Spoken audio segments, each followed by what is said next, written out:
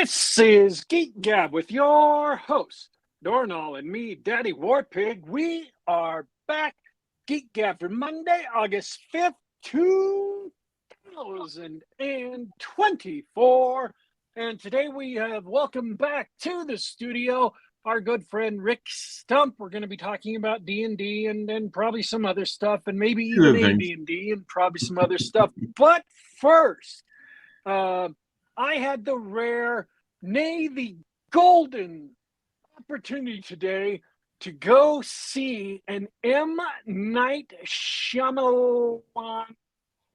I think that's all the syllables. Shyamalan movie, the new one called Trap.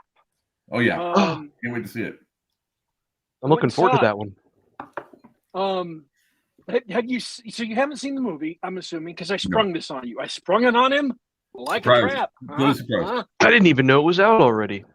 I saw the trailer twice when seeing other movies, and it looked really good. I'm with you, Dornall. I saw the trailer. I'm excited about it, but I didn't even know it was viewable yet. Just barely came out this weekend. The thing is, these are the two most obvious things about the movie. One, his daughter plays a big part in the movie. Okay. So there's like this Nepo baby thing, which people get really upset about, but she doesn't do a bad job. She's a side character, secondary character. What do they call those? I'm completely messing up the term. Supporting character? Supporting actress. Yes, she's a supporting character, but she does a good job. And also, it's set at this rock concert, which, you know, if you've seen the trailer, she plays the Lady Raven, the rock singer, the pop singer. That's M. Night Shyamalan's daughter. And I don't know how they did this, but all the songs are credible pop hits. They're all good songs.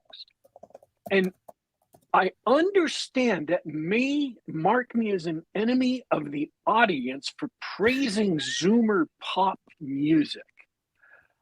I don't care. I liked all her songs. And it made me think once I got out of the movie theater, I want to go check out the soundtrack on iTunes to see if I can find the songs because they were good. Well, you know what? That's a high praise. I'm going to have to check that out. Yeah. They are Zoomer pop songs. Don't get me wrong. They're, they're kind of bubblegum pop, but they're all really good bubblegum pop songs. I like them. Was that the two obvious things?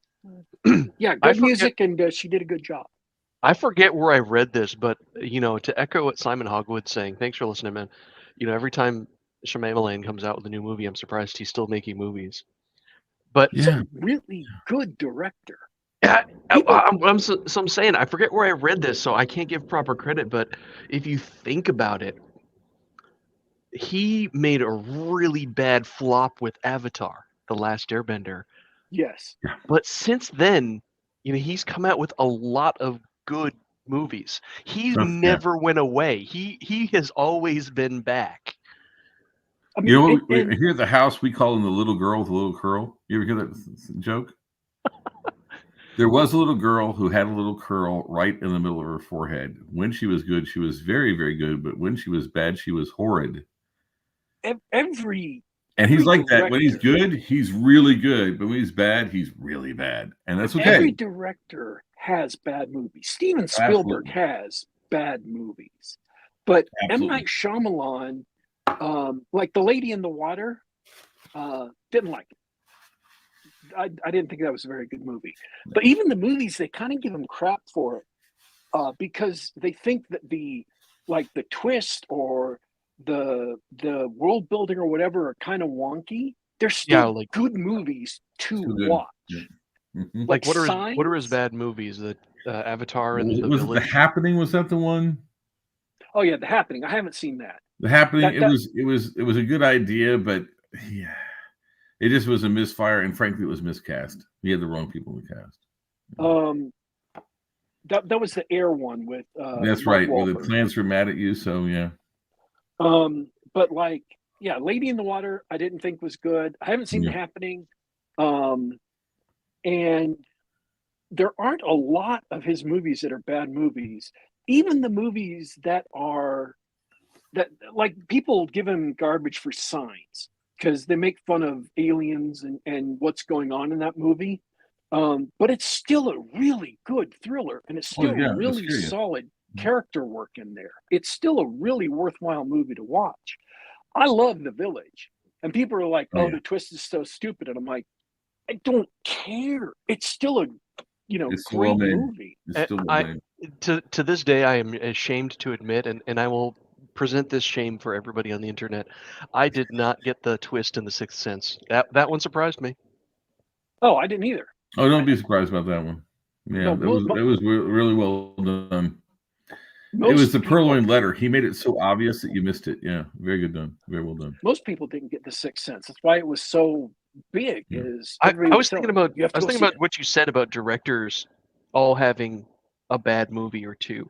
And when I really think about it, if you compare bodies of works, guys, this may be controversial. I think he's the inverse of Ridley Scott. Ridley Scott did Blade Runner and Aliens and everything else after that. I think he phones it in. Even Gladiator was really carried by the acting, not the directing. You're right. And I'm not complaining. It was good. But Black Hawk Down, that's a real life event and is carried by the acting. I'll say that. Yeah, and that's somebody who had friends who were in Mogadishu for that fight. It's carried by the acting. It was also a really well done script. Yeah, and there wasn't enough room to futz around with it because the story had so many moving parts. You couldn't really cut it. There wasn't a lot of room for the director to really remold the material. If he was going to stick with the script and stick with the story, he had to just follow that pretty much straight through. Yeah. Here's what we're going to do, guys. At the very end, there's a few things that were not close to what really happened, but it's a very good movie. Because here's what we're going to do. We're going to come back 10 years from now at the 20th anniversary of the Geek Gab, and we're going to compare. After Shyamalan has a few more movies under his belt, and Ridley Scott's probably retired, then we'll do the full comparison. Done. Done. I'm telling you, I think the three of us should get together and just talk about movies only one of these days too. Gladiator 2 is going to be awful. Have we talked about that? I feel like we've talked about that. I think we mentioned it because the trailer came out. Oh, the trailer is awful. It's just terrible. The trailer, yeah, it looks like Roger Corman would be ashamed of that movie. Yeah. I mean, the scenes where they flood the Colosseum and have the naval battle look spectacular. I don't think we've ever seen that on screen before, but that looks like to be the only worthwhile thing in the movie, and I don't know how long that's going to be, and I don't think that can carry the movie. Oh, anyways, Talk. Let me give a quick review of Talk. People got an idea of the twist from watching the trailer, and they thought, okay, here's the obvious twist, and all I can say is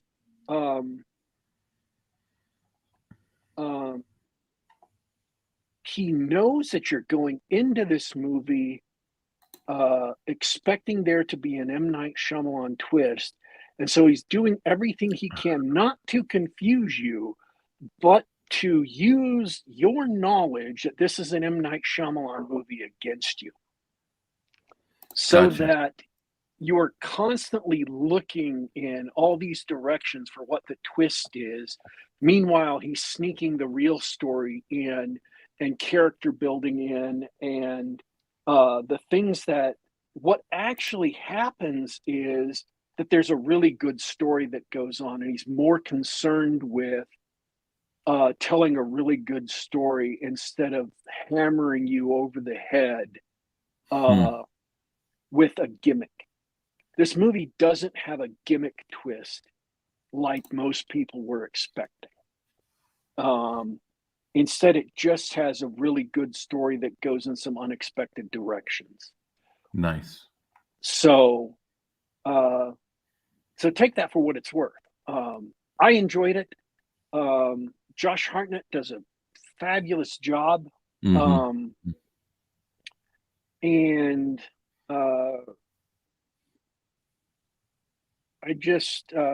they build tension really well during the scenes in the music arena. And then all of a sudden the movie goes in a different direction. It's not what you'd call a Shyamalan twist. It's just a good story going in a different direction. So it's what other directors would call a twist. Excuse me. And things go really well after that. I think the one thing I would criticize is the movie has like 3 endings. Like it comes to a point that ends, and then it goes a little bit further, and then it goes a little bit further, and then it goes a little bit further. And I don't think you need it all. Like Lord of the Rings, where it's got like 5 endings. Sure.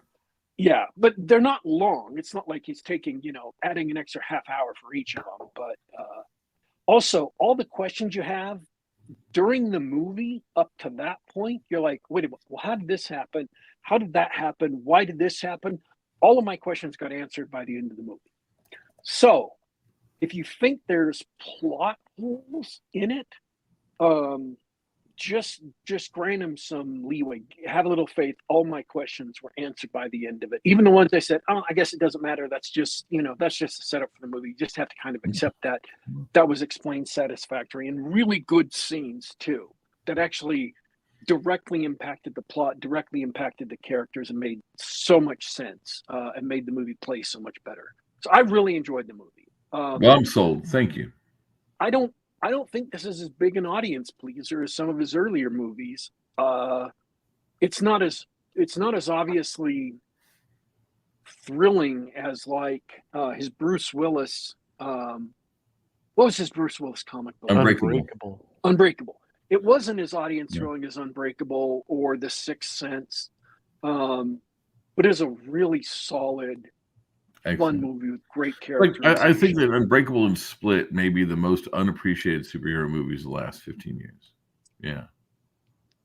So I actually watched Split for the first time the other day.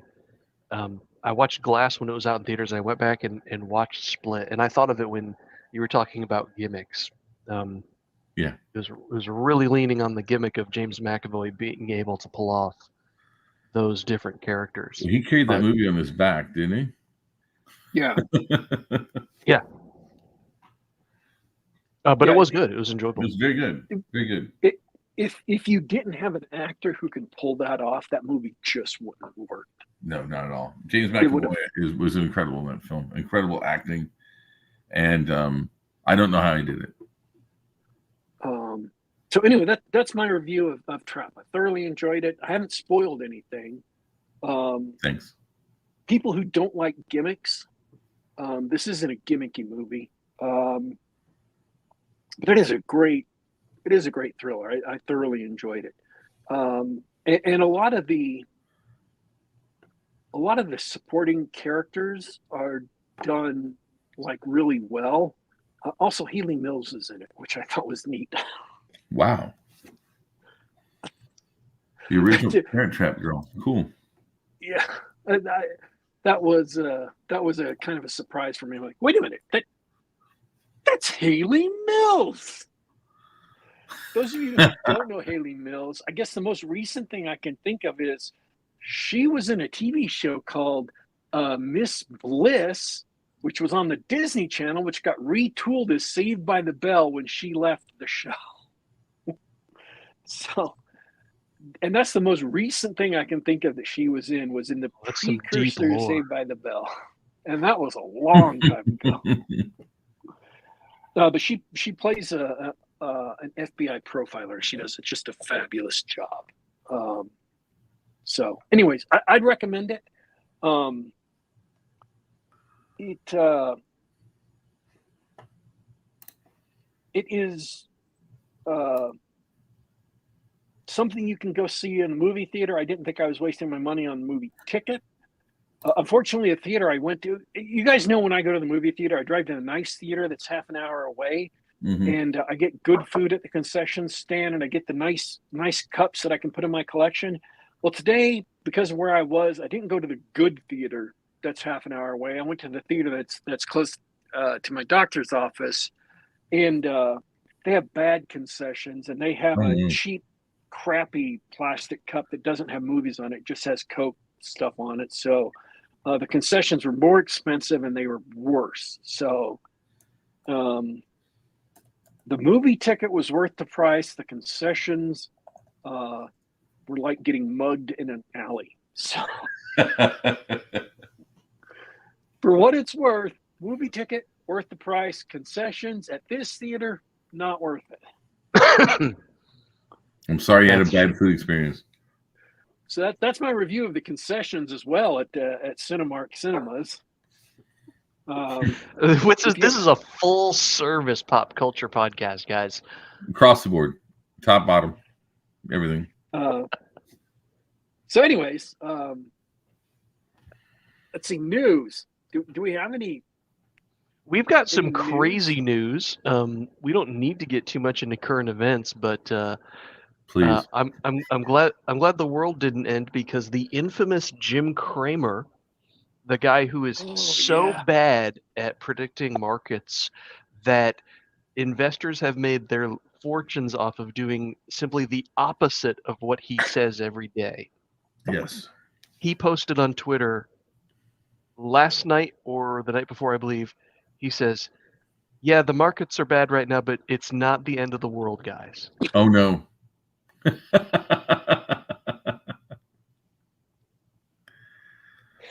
That's rough. That's like the So Proudly We Hail movie from the 1940s. Yeah, that's bad stuff.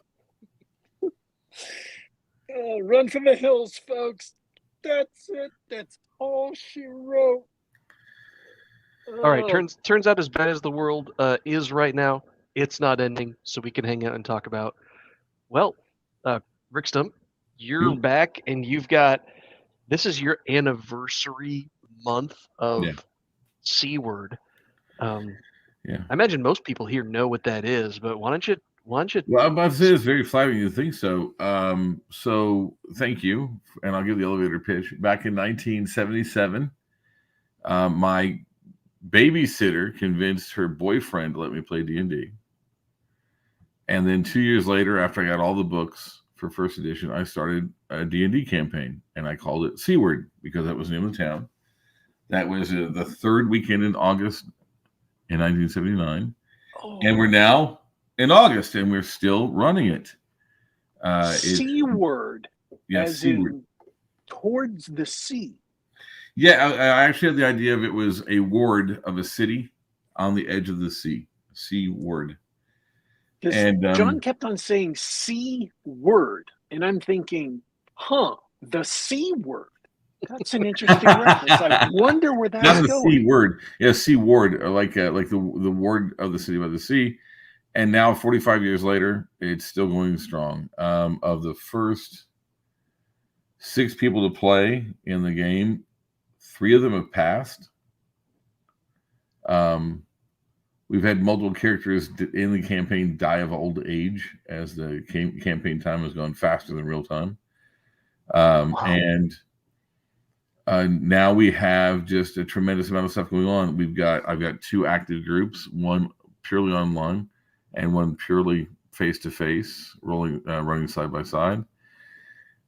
We just had some major plot points go on, and it shows no sign of stopping. One of the things I've been doing over the last year, after I had a very, very serious close call with my health, is getting everything ready because my children are prepared to take over the campaign and run it when I'm gone.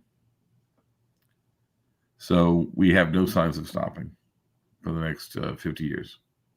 That's incredible. I'd like to say that we talk about in this little corner of the internet about old school games and rediscovering and reinventing and finding out new ways to play and old ways to play.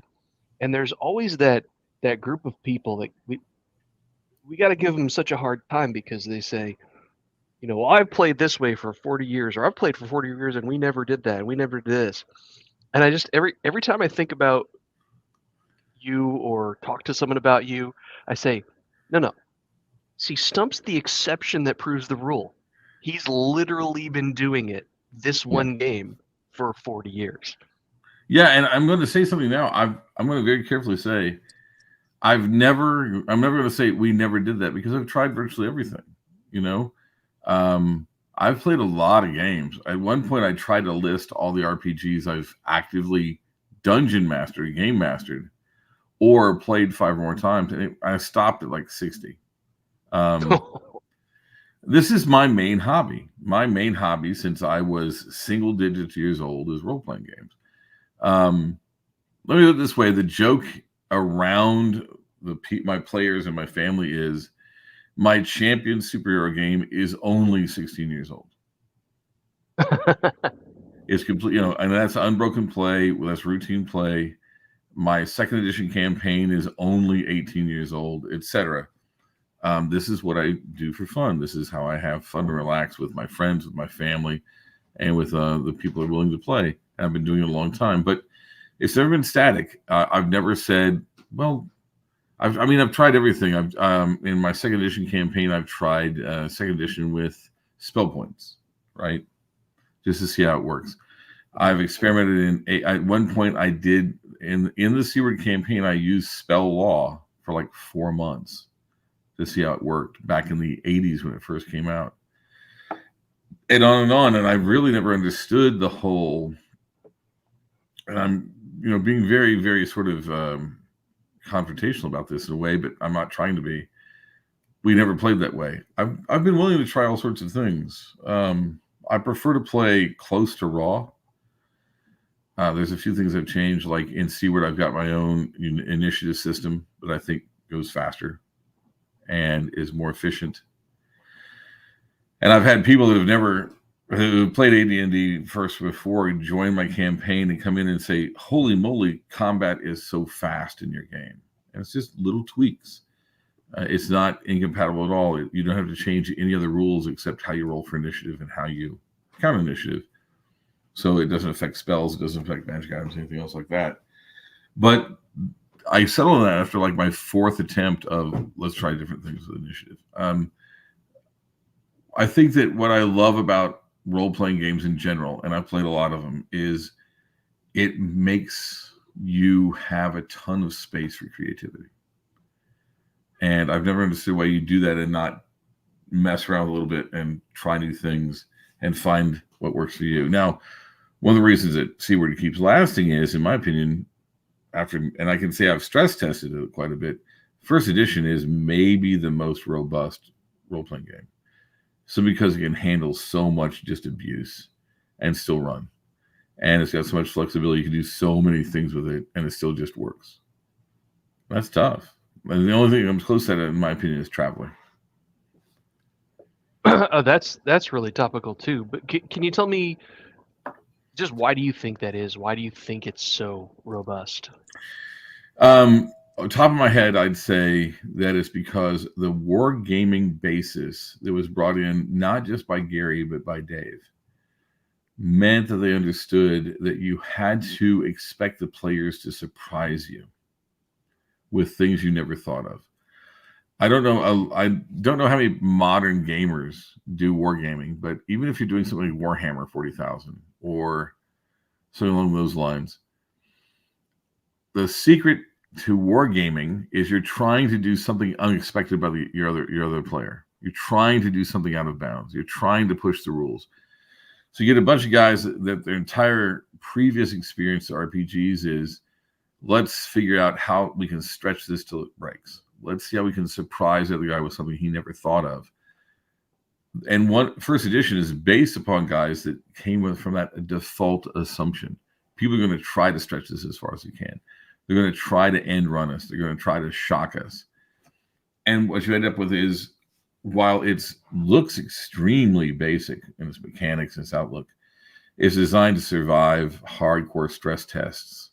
And I think time has proven that it works. Yeah. Oh, well said. I think I think first of all, we've seen that, those of us who came later, just to tell my life story a little bit, I grew up on second edition. Sure. I was young when I started playing, and I've never personally been interested in miniatures war games.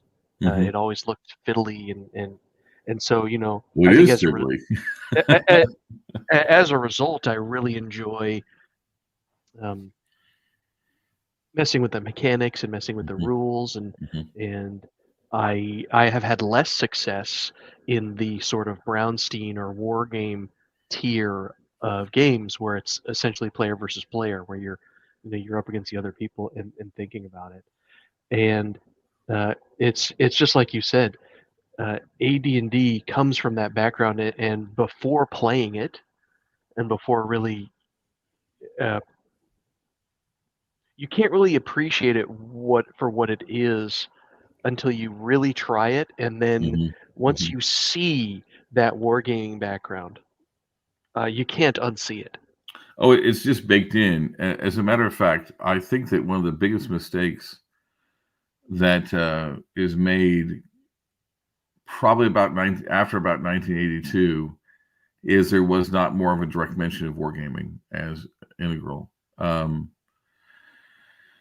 And I'm not the only one to say this. There's been a lot of people talking about how wargaming is something that you sort of have to look at to understand AD&D. And when you look at first edition, and this is something I've been saying on my blog and stuff for 11 years, the fact that mass combat / wargaming is assumed is just baked into the rules.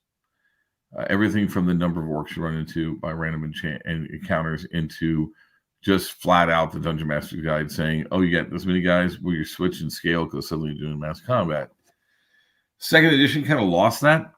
And although I don't understand the hate the second edition gets from some people in the quote unquote OSR, I do understand that the battle system came far too late for people to understand how integral mass combat was if you were introduced in second edition. But that can be easily remedied. But you're absolutely right. I think that one of the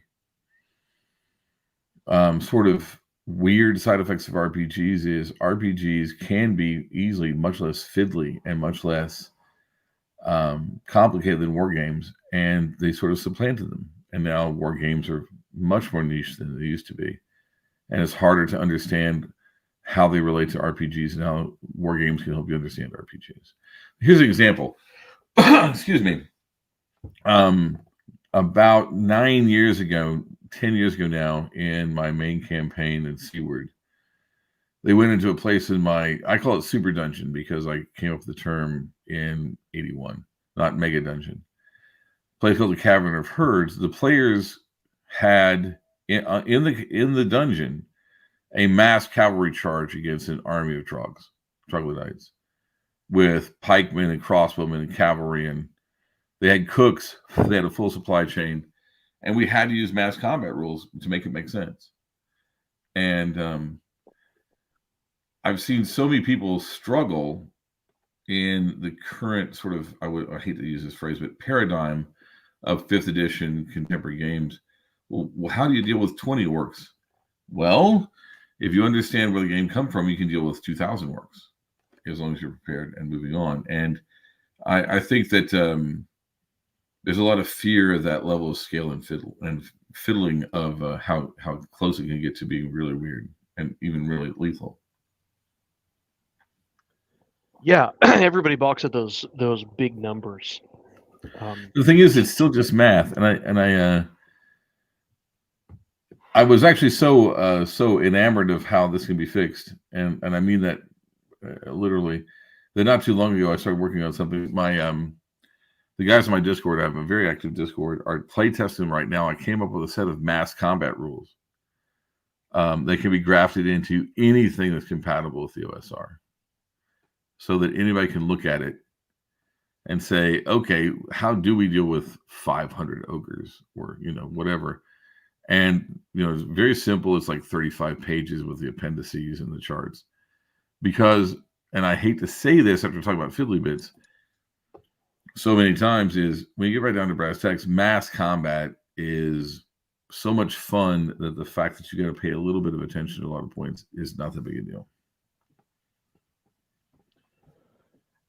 I guess I have to grudgingly agree with that after the fact. It's definitely one of those things that I never I never really experienced until I did it, and it's a shame that we're mostly playing online now. But you said that you have two groups. You have an online group and an in-person group. How often does each get together? Well, unfortunately, online group, because of my health and stuff, has not been as frequent as I like. We're trying to get back to at least once a month, preferably twice a month. And my in-person group, we average 3 times a month. We average 3 times a month.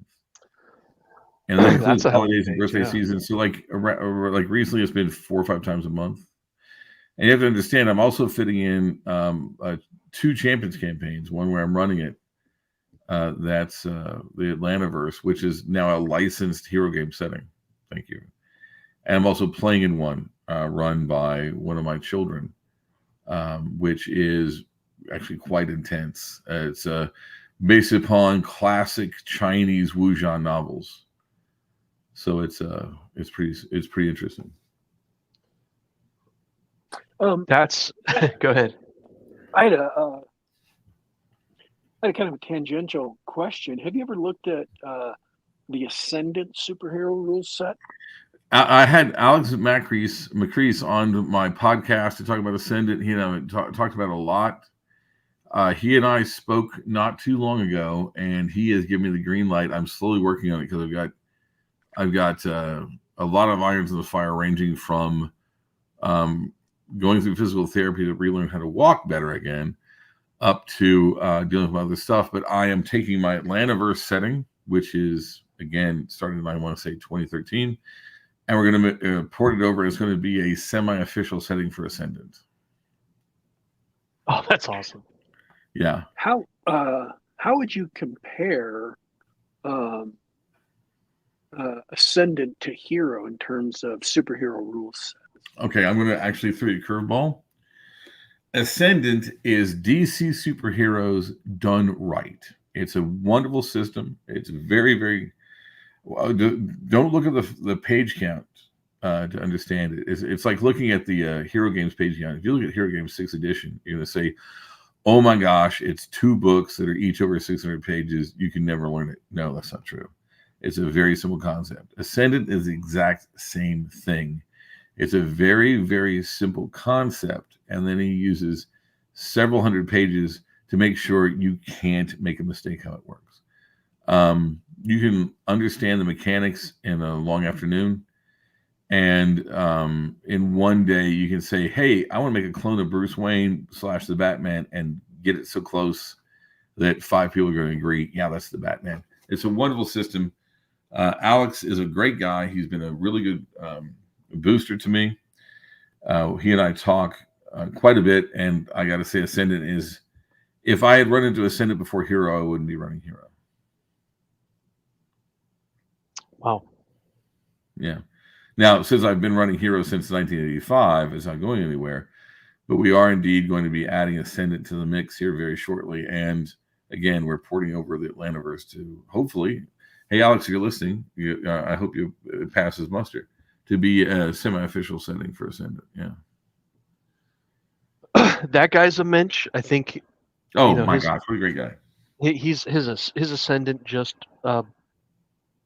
it's becoming popular again, or I guess it hasn't left popularity. He's been good, and he just did that huge Kickstarter / fundraiser, and he's got some graphic novels coming out. He's on fire. That's a guy that's going to really make a big difference, in my opinion, not just in RPGs on superheroes, but comic books and graphic novels. Yeah, I agree. Outstanding. He's one of, and I wouldn't have. You wouldn't have guessed just coming off of what was another BX clone, but he's an excellent game designer. Oh, Axe is a wonderful system. I think that this third most active channel on my Discord is the Axe channel. Yeah. And there's a lot of stuff going on there. No. And I think that Macrease is showing everybody how to not just be a good designer, but I don't know how to put this, a good member of the community. You know what I mean? Yep. Yeah. Absolutely. Looking forward to seeing that. Even though I don't play superhero games, looking forward to see what comes out of that. Well, superhero games are very tough, and I'm just going to go ahead and put that out there. Regardless of mechanics going on, what system you're using, superhero games can be extremely tough because it's and here I'm going to go waxing philosophical. One of the biggest problems I've seen over the years, I've had probably 26 players go to the main, no, 28 players go to the main level in Seaward, maybe more. And everyone asks me, well, why don't you have like 24th level characters in your campaign? Because I have in the history of the campaign, I had 2 guys go to 14th level. 2. And then I've had maybe 16 go to 12th or 13th level. And then they retire. And I was like, why? And it's because when you get that power level, the line between living and dying is really thin. Really, really thin. You tend to curb stomp your enemies or get curb stomped in first edition and second edition. And superhero games, if you do not understand the mechanics and the genre, can be exactly the same sort of thing. You're either curb stomping your opponents or you're getting curb stomped. It takes a lot of finesse to sort of narrow in on where, this is interesting and dynamic and it's not lopsided. And I think that's why a lot of people end up not playing superhero games, because the game master has to really be careful, and it's a constant juggling act that frankly can be exhausting. It sounds like it. And the superhero games don't have a war game background, and they don't necessarily have the PvP background. And they're sort of, and maybe I'm just putting my own bias on it, but superhero games seem like the perfect game for your typical get-along gang troop of players who want to get together and beat up on the villains. Yeah, it can be, but then let me give you an example from play in the Atlantaverse, which is the name I use for my main campaign. So there's this very powerful supervillain, and he's called Body Count. Kills a lot of guys. He runs into, frankly, B-list superheroes. My main players were playing guys that are, they're not the Justice League. They're the Justice League for like Cleveland, right? And they're like, oh my gosh, what are you going to do? And one of them hits him with a particular attack, and it is a darkness attack. And because of the way the mechanics of the game work, Body Count has all of his powers bought on, and for those of you that are in the audience that play Champions, a unified power where his weakness is darkness attacks. So you've got basically a guy that's about the power level of Punisher up against Thor, but he hits him with a dark ray, and suddenly Thor turns into Aunt May, right? And just gets beaten. And that's one of the problems you can have with superhero games. To be more to the point, oh my gosh, it's Superman. I didn't know that my gun shot kryptonite bullets. Okay, we're done. And that's one of the things you have to worry about in those games. And I think that's why they tend to be a little less popular. I see. Holy cow. Is people don't like the fact that their characters have weaknesses, or they're not prepared? No, I think it's really tough for a game master to manage. Managing a superhero game, and this is something I see with the game that I'm playing in.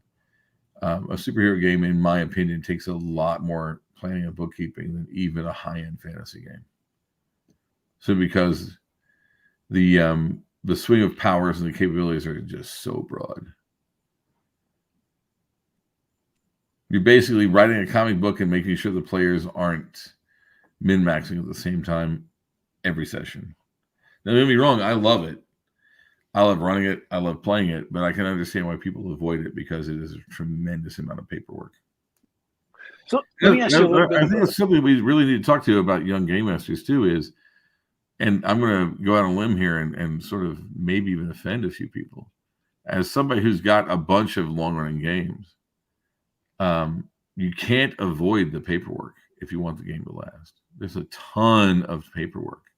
And Luckily, I've got the emotional and psychological outlook, I guess, where I don't mind. But if you do not want to write down notes and cross-reference things, it's just going to fall apart over time. Yeah. Let me ask you just some philosophical things about role-playing games. In most comic books, characters are pretty static. They don't generally change. They don't generally get a lot more powerful. Punisher is still the Punisher by and large. Sure. You may get temporary, boosts. Like I think somebody gave him a suit of armor for a few right, and he had a danger sense for a while. Sure, yeah. But those generally go away after a while. Whereas in most role-playing games, the pattern people are used to is the D&D pattern, where you start off at first level, where if you roll badly for hit points, a cat can gut you and leave you lying on the ground bleeding out or dead. And then you're expected to level up and get stronger and stronger and more powerful. Warpig, I gotta thank you because you're leading into something. This is a big discussion I just had with my players, and this is a 85 mile an hour ball right at the center of the plate for me. Thank you so much. I've been a huge comic book nerd for my entire life. My kids will tell you. I'm the sort of comic book nerd where we're watching, I think it was X-Men 97. I'm like, oh my gosh, they referenced this. That's Forge. I mean, I'm not kidding around. I am a hardcore guy like that. And my biggest pet peeve is how comic books refuse to change the status quo. I have a concept. I have a bunch of concepts I use to try to rule how I do games. And the one that I promote the most for any role-playing game is you cannot have status quo. You cannot have a status quo. And it's almost like the quantum ogre problem, which was brought up a long time ago. Very well done.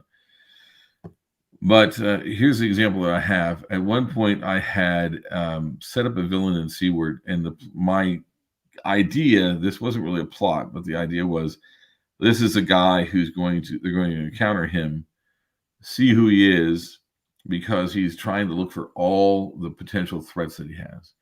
And they're not potential threats now, but he knows them. And if they get higher level and get a name, he's like, I know who they are. I'm going to start subverting them. Well, the paladin says, oh, that guy's evil. They jump him, they get lucky, and they kill him. Just kill him because he's evil. Right there.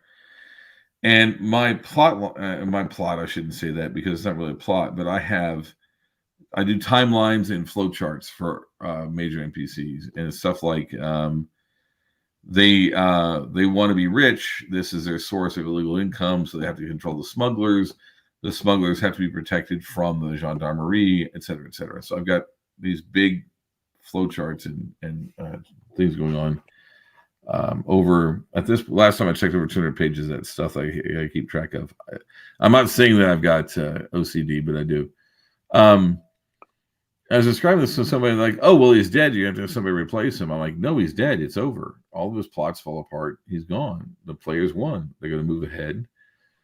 Well, you thought you were going to bedevil him in the future. I'm like, yeah, but he's dead. He's gone. And I think that this refusal to let go of these ideas in your head as a game master of, man, it's going to be so cool when this guy they met at 3rd level fights him at 5th level.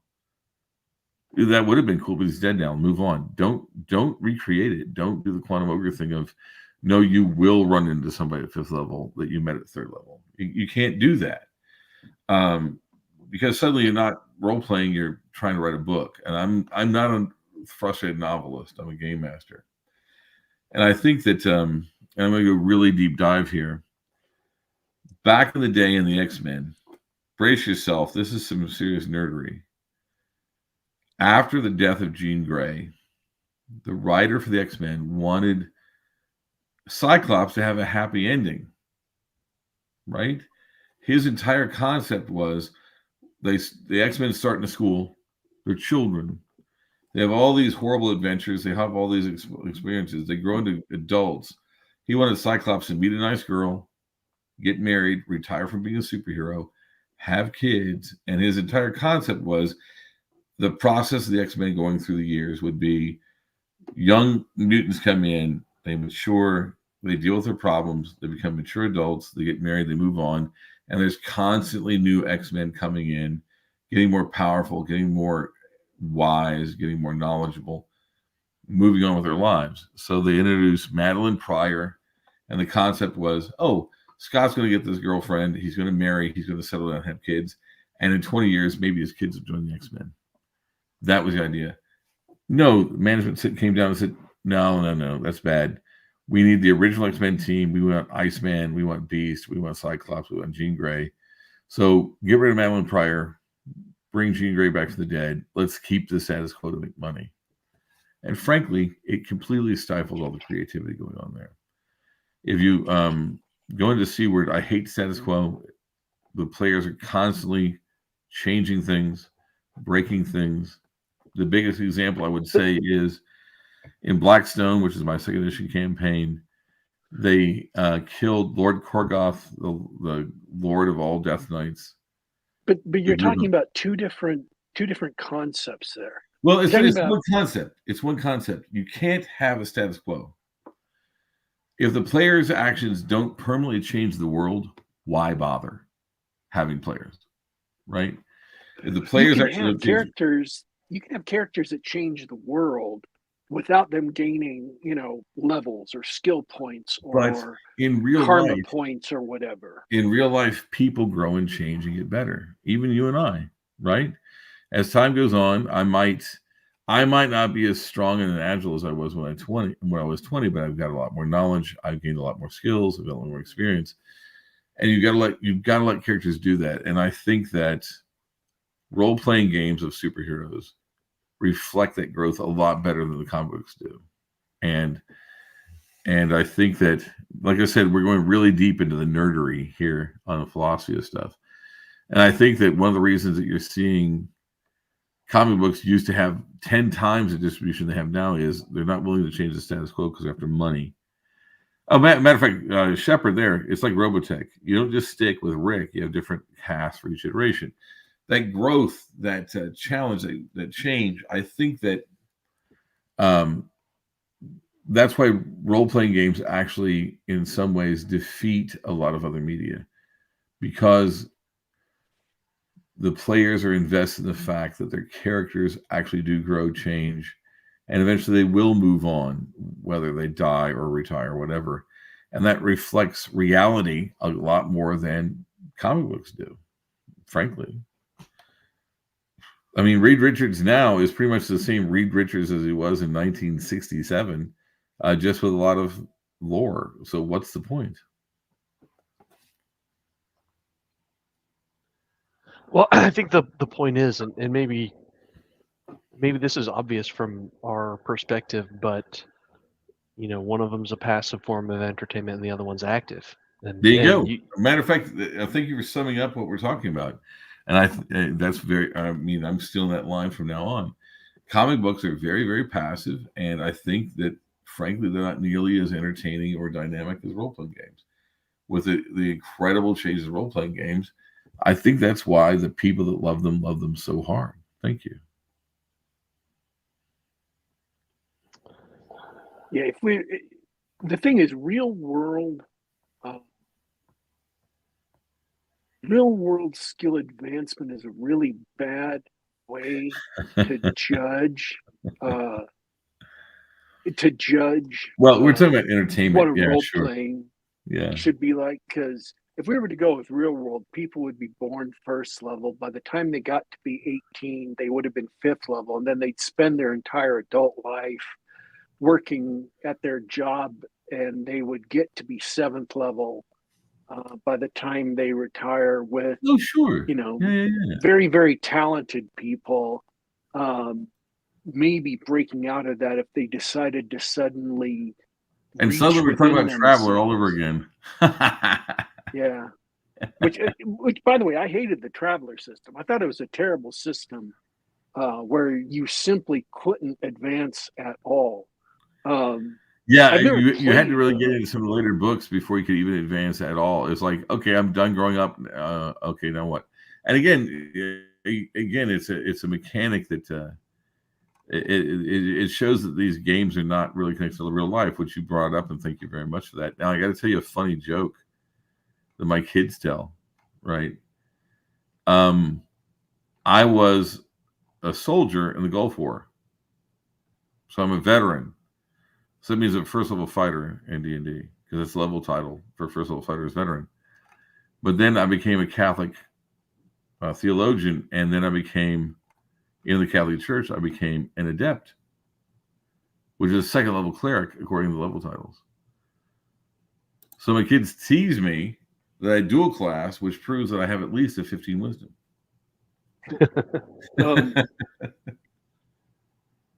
But if you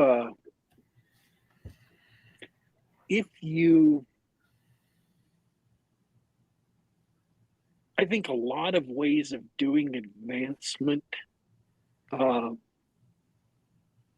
as far as satisfactory advancement goes, because it is a game, and you want to have it's a game, and you want those rewards. Yeah.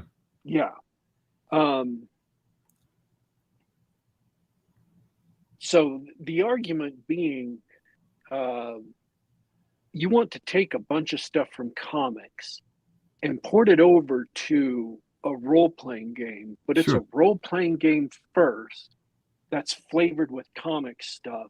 It's not a role-playing game that you cripple in order to be exactly the same as comics. Correct. And I've seen people that try to make role-playing games into like literal comics where they say, okay, we're going to call this a panel, and then we're going to have this is a real game, and I don't remember which one it was. And there's going to be mechanics. There's more than one like that. Yeah, there's more than one like panel to another panel, and it's just so artificial. It takes you out of the game world.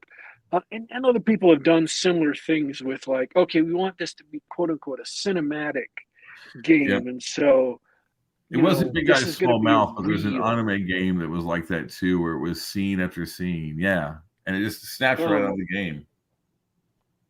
So if you're going to be making a role-playing game, you want to start with a thorough understanding of what is enjoyable in a role-playing game, and then take what is worthwhile and say, okay, so now that we know what's good as a role-playing game, we want to have a role-playing game set in a comic book universe. So what is it we want to bring in from that comic book universe that would make this a fun role-playing game? Because it's like adapting a book or a short story to the movie screen. There are just some things that have to change. There are just some things that can't be adapted straight ways. Or, like writers who grew up with a lot of movies, they try to write books like they are verbal descriptions of a movie, and that doesn't work. You have to learn how to write books that are books. I mean, I've seen some good attempts to make Catch-22 a movie, but they never work because the humor is about the written word. But on the other hand, Shawshank Redemption, in my opinion, is better than the short story because you have all the added visuals and music of the movies. You're absolutely correct. So yeah, it's the best argument coming from that is, okay, so here are comics. We want advancement in a role-playing game. However that shows up in your comic game, however fast or slow it is, or however it happens, however you track it. We want advancement in a comic role-playing game because role-playing games that don't have advancement, that don't have some tangible rewards for it, aren't fun. Players want positive feedback from their play. And I think that's why one of the most interesting things about first edition that's often forgot is the built-in system of evaluating play level to level, right? And in comic books, if you're playing heroes, a lot of the traditional, let's say you took experience out of it. What are some other things you could get if you aren't leveling up and you aren't increasing skills, what are some other things that you could get to be rewards in a role playing game? Well, you could get treasure to buy, gear. Sure. Let's could think about Marvel Super. You could get allies. You could reputation, get reputation, magic items. You could get an organization underneath you. All of those things are potentials, but sure.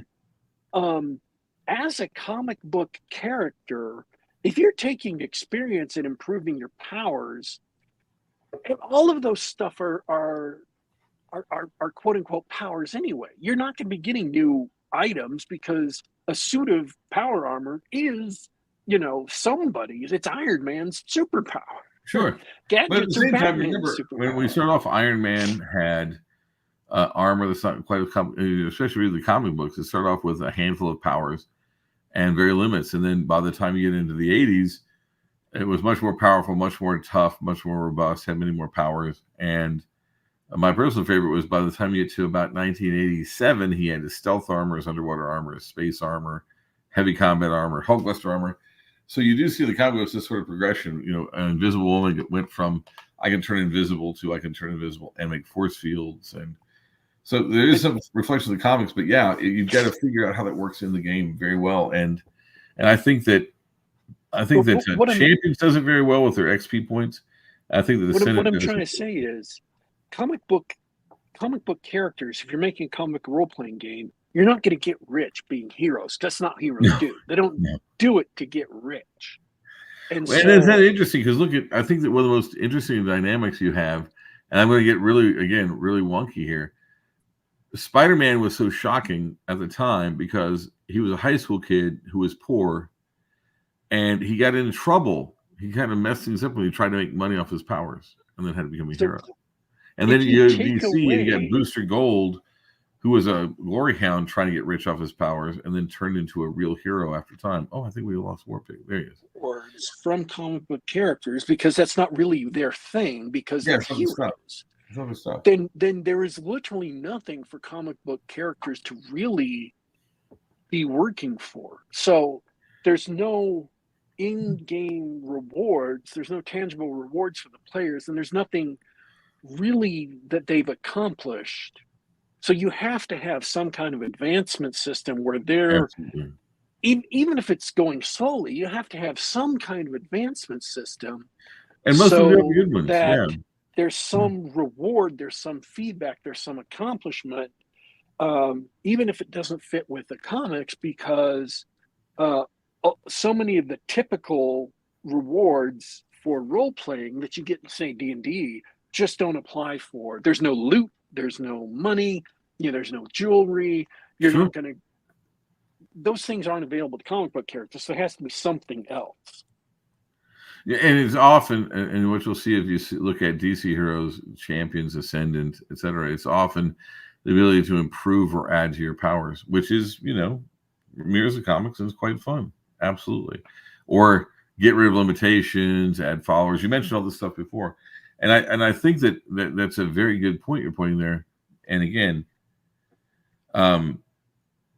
people play these games to feel a sense of accomplishment. We all do. I mean, if you played ping pong and never won a game, after a while you give up, right? You would. If you played chess after 5 years, you never won a game or never got any better, you give up. Role-playing games are about allowing us to not just enjoy ourselves like we're playing cards or something, but to invest ourselves into these artificial characters that we've made and see them progress. And I think that, again, one of the reasons that they're so very popular is it allows us to examine how we interact with other people and what we really want out of life. And I know that sounds grandiose, but it's true. A lot of people over the years I've seen them use role-playing games to really sort of understand a lot more about what they like and what motivates them, and frankly, how to get along with other people. And it's a wonderful thing to see.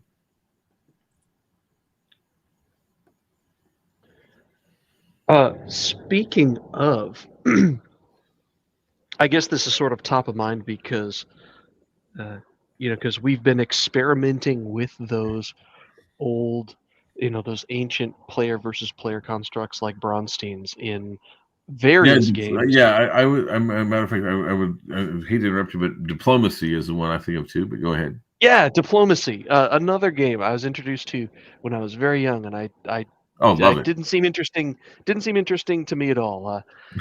All the vampire LARPs, all the diplomacy games, I don't get it. But a lot of people are experimenting with that stuff in all sorts of different genres, not just the ones that you typically think of.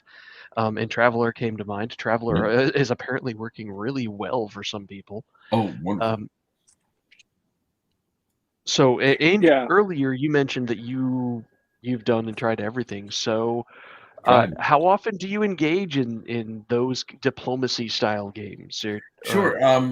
I actually had a chance to run Bronstein with Lou Pulsifer once back in 1987. He had a mimeographed copy of the original rules. Now, if you've actually played Braunstein with the guy who made it, which has been done about 12 times, you're really, really lucky. But I did play it with him. It was interesting. It's basically, and I'm not saying this dismissively, it's an advanced parlor game, which is what it was meant to be. I've played a lot of diplomacy. And if you're talking about PvP, which is, I think, what a lot of people contemporarily mean when they say Braunstein. A lot of, and I don't have to put this the other way, a lot of high-end domain level play in any fantasy game like D&D, and a lot of superhero play is effectively PvP. And I think a lot of superhero play is PvP at high level. If you've been doing it a long time, simply because as time goes on, you have drift, and I don't know how to put this another way. Again, this is a bit rarefied. I don't know anyone else that's had a superhero game go, 14 years. But I actually, a little inside baseball, inside the Atlantaverse, we have one of the characters is a former, brace yourself for inside baseball, a former secret agent for the Polish monarchists in the 1930s, who was undercover in the Polish Republicans. They went undercover as a Russian who became a Russian super soldier in World War II,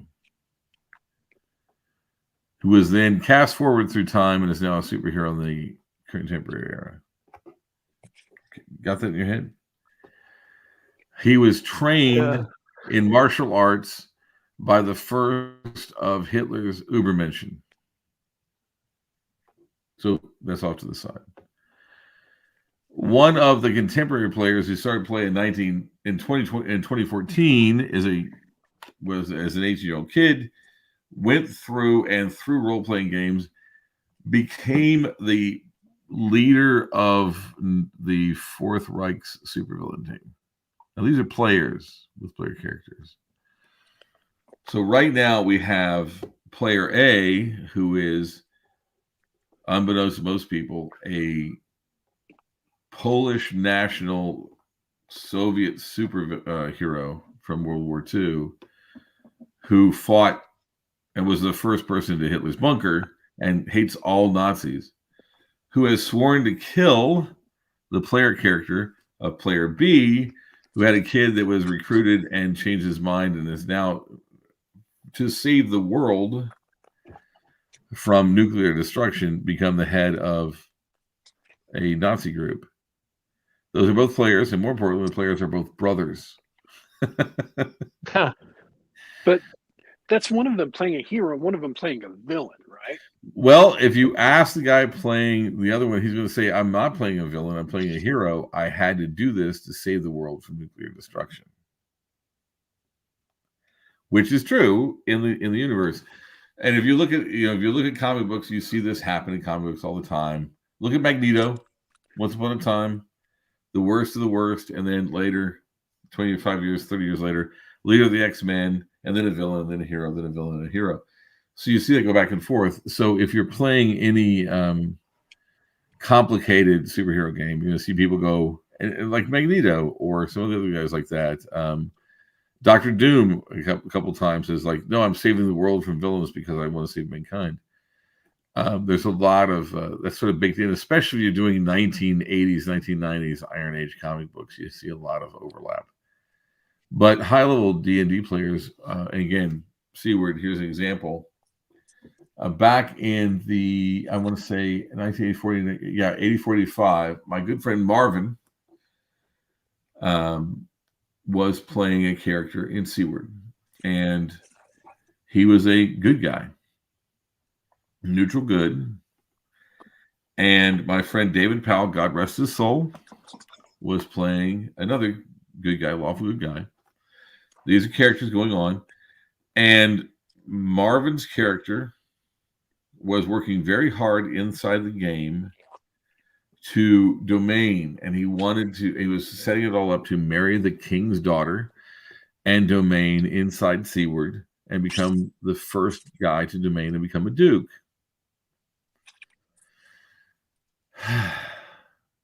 David short-circuited him, married the girl, and became a high-level paladin who instead created a Order of Knights, which is still around, the Order of the Starry Banner.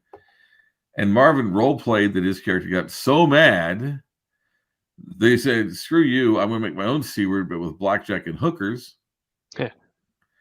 Went off and made his own domain nearby, and then was a fierce enemy of the primary NPC king, the King of Seaward, and the Paladins. And that's still now. So that was 1985.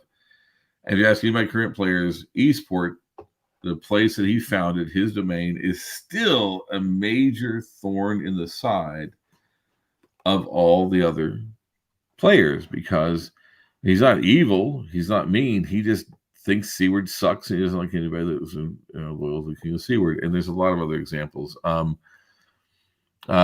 Bridget is one of the characters of the longest continuous player of the character. She's been playing in the campaign for 31 years. Wow. She's had 2 characters die of old age in that time.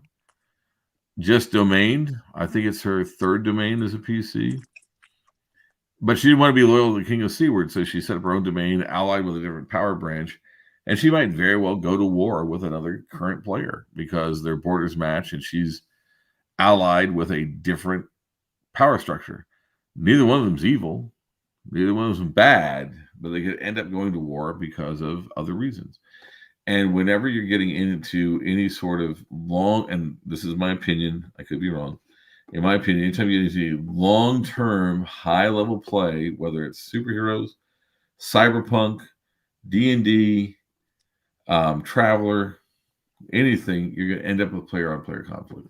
Simply because players love to progress their character along their way, and conflict is inevitable between people. I love it.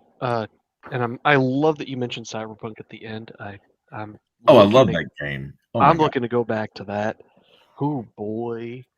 A good friend of mine from the Army, Gene, again, God rest his soul, used to come over every Friday night when we played Friday Night Firefight from the back of Cyberpunk, drink some beer, watch some movies. He'd fall asleep. We'd get up in the morning. My team would come over, and we'd play Cyberpunk on Saturday mornings before we went out and had our fun. About 1,000 years ago now. yeah, that was my game in high school. Oh yeah, what a great game! That was Saturday night. We did Cyberpunk every week. Oh, well, I got to tell you, when I was at Bragg before I got married, Friday nights was Friday Night Firefight. Saturday mornings a little Cyberpunk. I go out, I get some lunch. I go to Lou Pulsiver's house about 2 p.m, and we would play First Edition until 10 at night. Crash, get up in the morning, have breakfast, and play from 11 in the morning until 8 at night. Man, those were the days, right? Right, and then go back to my barracks, get some sleep, and go back and be a soldier. And then Wednesday nights was Star Wars D6, and Thursday nights was Traveler, and that's what I did constantly for about. When I was in the field, that's what I did for about 5 years, and then got married. As you can imagine, when you're playing every weekend, that you're back for 14, 15 hours, and then there'd be 3-4 sessions. Like we're doing the session, okay, it's done. Let's take a break, get some food. Let's get some other characters. Let's do another game. There's a lot of advancement. Time went fast. I remember Lose to Nilda campaign.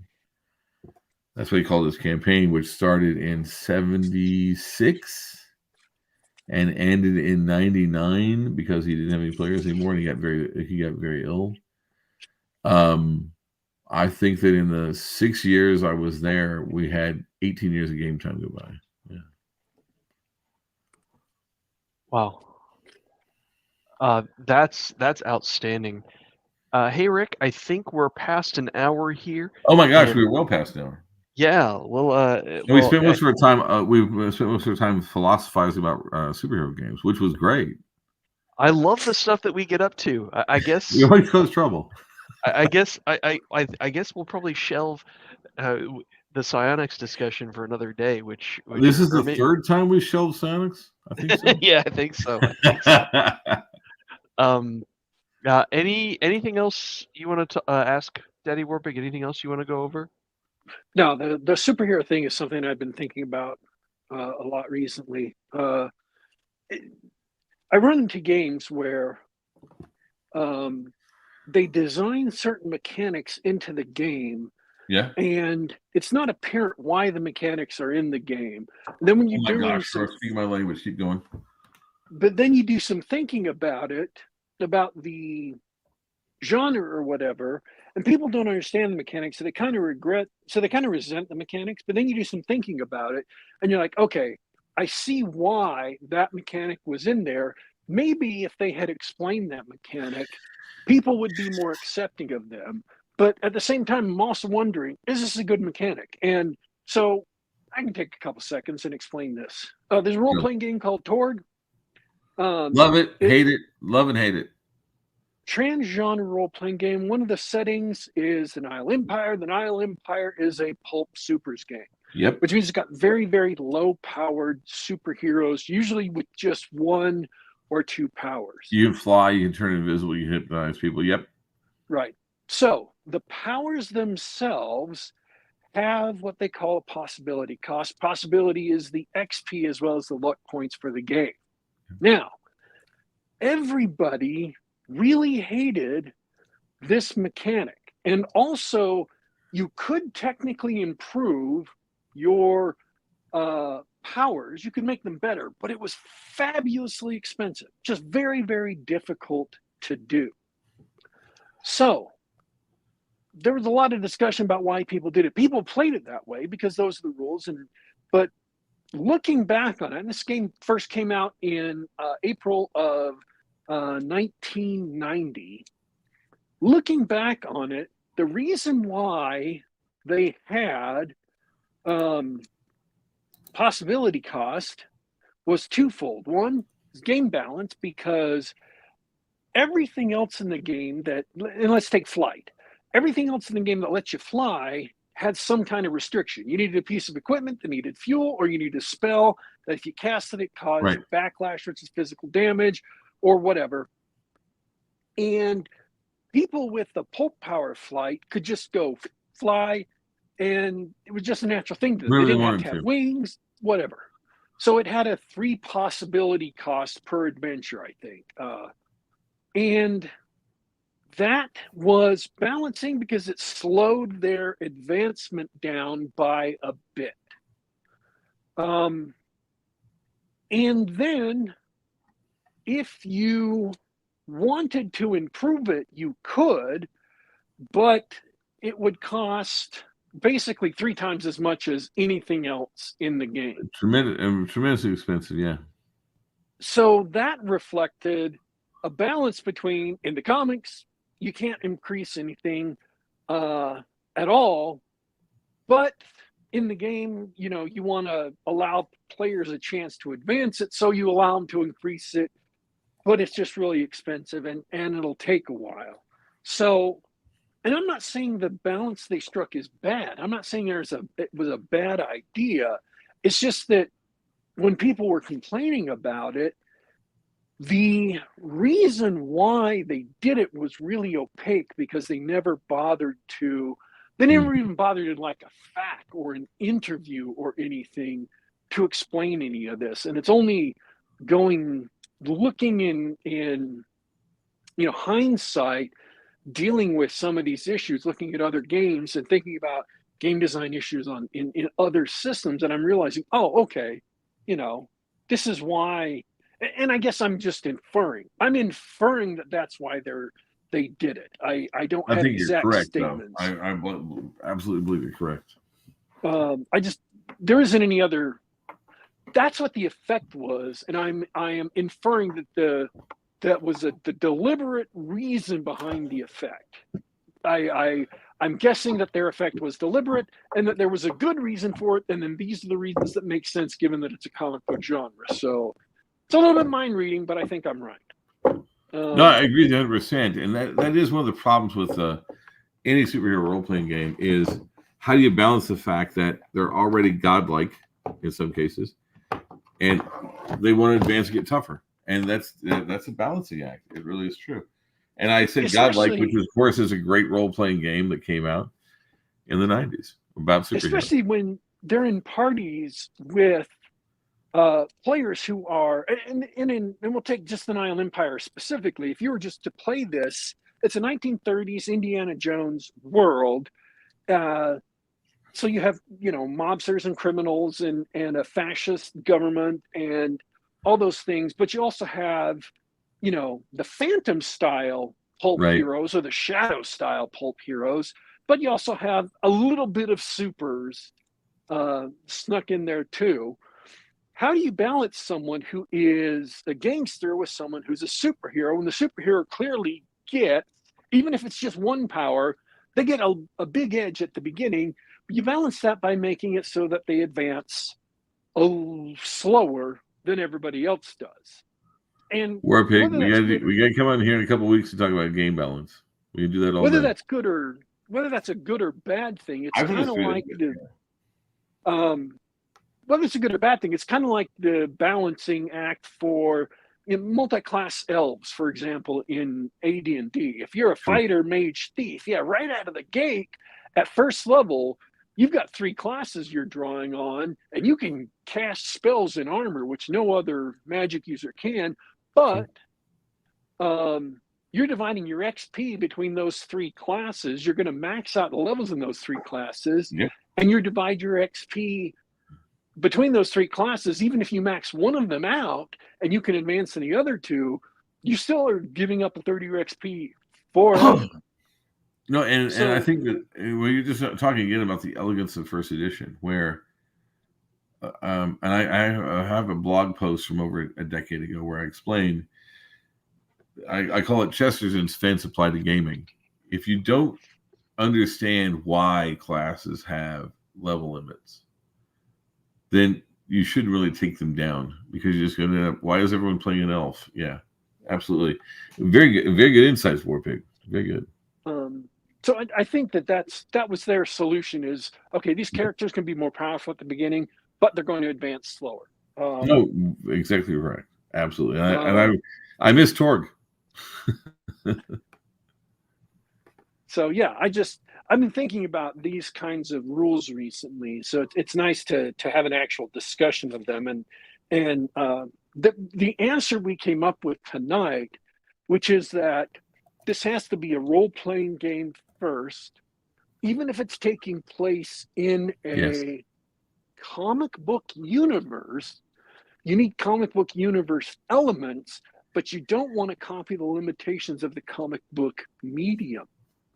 People don't advance in comics, not because it's an intrinsic feature of heroes, not because it's an intrinsic feature of the comic book universe, not because it's necessary for, Daredevil not to become better or for Punisher not to become better, but because it's necessary for people to continue selling characters that they know will sell, because most comic book characters they introduce fail.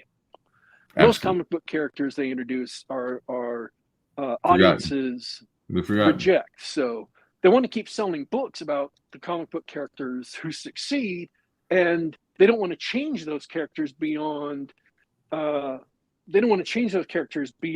recognition, so they have to leave them more or less the same, which is fine. That's, Conan didn't Right, change. they're selling books. They're selling books.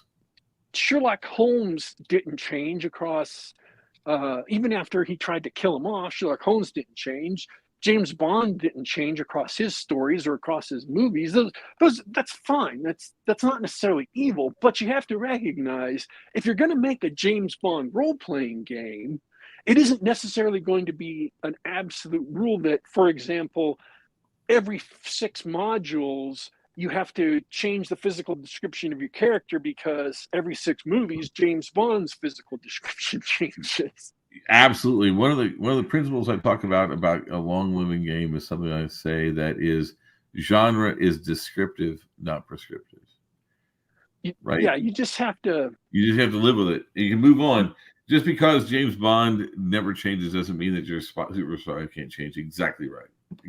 And you have to separate necessary features of comics that make them fun versus features that are just there because of other considerations that get in the way of fun of as a role-playing game. Because the number one consideration when you're making a role-playing game is, 1, that it be a role-playing game, and 2, that it be enjoyable. And people are going to say, wait a minute, being enjoyable is number 2. Well, yes, because if you're making a role-playing game, it actually has to be a role-playing game. If you make something that's fun that's not a role-playing game, you haven't made a role-playing game, okay? I'm sorry. Done. You know what? I'm stealing that line from now on. It may be fun, but it's not a role-playing game. So the most important thing in making a role-playing game is making a role-playing game, and making it fun is also really critical, making it possible to be enjoyable. But it's most important to make it a role-playing game, okay? It's like making a car that drives. Yes, you have to actually make it a car first. If someone says, I want you to design a car, and you hand them a helicopter, you failed, okay? Just out of the gate. Also, it won't drive anywhere because it won't have wheels, but yeah. You understand my analogy here. We got you 100%, and I think you nailed it. And I think that you're actually pointing out one of the problems we're having with, I want to say, sectors of people who are trying to be creators. They don't understand that the role-playing game has to come first, and the verisimilitude, and then the adherence to where it came from has to come last. Yeah, absolutely. So yeah, so it is. I feel a lot better. I feel like I've achieved a great deal of clarity on an issue I've been thinking about for the past couple of weeks. So yeah, this is something I've been thinking about. Superhero games and advancement and things like that is something I've been thinking about for the last 3-4 weeks. So I'm glad we got a chance to discuss. You know what? We're picking after we talk about this. Give me a line a week or 2, and we'll see if we can get you on one of our online superhero games. Sure. Heck yeah. That's why we do this show anyway, just to get invited to all the best games in the world. Oh yeah, come on in. We've actually got a big crossover going. There's no guarantees, but we might have a comic book coming out based on the Atlantaverse. Just a couple issues, which is a crossover in other comics. Yeah. That sounds great. I'm done with my rant. So it was a good rant. I'm glad I was here to see it. It was amazing. Excuse me. Guys, we are way over time. And I want to thank you so much. It means a lot that you had me on. I mean, I always have fun. Every time I come on here, I have fun. This is a great time. If you guys ever want me back, just holler and I'll show up. Thank you so much. Will do. And really quick before you go, you've got a great online group of folks. You've got a public Discord server. Where do we find all of your podcasts and writing and stuff online? Sure. The best place to go is Don't Split the Party, which is my blog. And oddly enough, I have not blogged a lot recently. I apologize. But on it that's at harbingergames.blogspot.com. There's a link to my Discord. My Discord is incredibly active. And we have a ton of free content, everything from spells to books to, if you're in there, you might get invited to a play test. Between You, Me, and the Wall, I'm working on my Heartbreaker first edition clone. And we've got several people playtesting right now, as well as rules on familiars, rules on mass combat, tons of stuff. So please feel free to drop by. Everyone's welcome. Outstanding. Thanks for coming on. Thanks everybody for listening. Chat was lively. I'm not gonna shout out to everybody, but it was awesome, and I hope everybody listening later really enjoyed the conversation. Rick Stumps, you've always been one of my favorite guests, particularly to talk about RPGs. Thank you so much. So it's good to have you back. And Daddy Warpick is, I was gonna say one of, but confirmed, my favorite co-host of all time. It was just amazing. Yeah. Good show, everybody. I'm done, DW. Thanks, everybody. All right, folks. We want to thank you for turning into Geek Gab for Monday, August 5th. Almost said October. Monday, August 5th, 2024. This has been Geek Gab on youtube.com/Geek Gab. Once again, that's youtube.com/Geek Gab. We're here Monday nights, 10 p.m. Eastern, 7 p.m. Pacific. We're also available on the Google Play Store, on iTunes.com, and on SoundCloud.com. Just do a search for Geek Gab. You can subscribe to us on the device of your choice. Listen to us on the web. Download us to your computer. Feel free to click like if you like the show. Click subscribe. Click the bell icon. Get an announcement as to when we are going live so you don't miss a single moment of the best darn podcast anywhere in existence on this earth or any other possible alternate earth. We want to thank everyone who tuned in and listened live. We want to thank everyone who will tune in and listen later. Folks, we are signing out for today, but don't you worry, don't you fret, we will be back.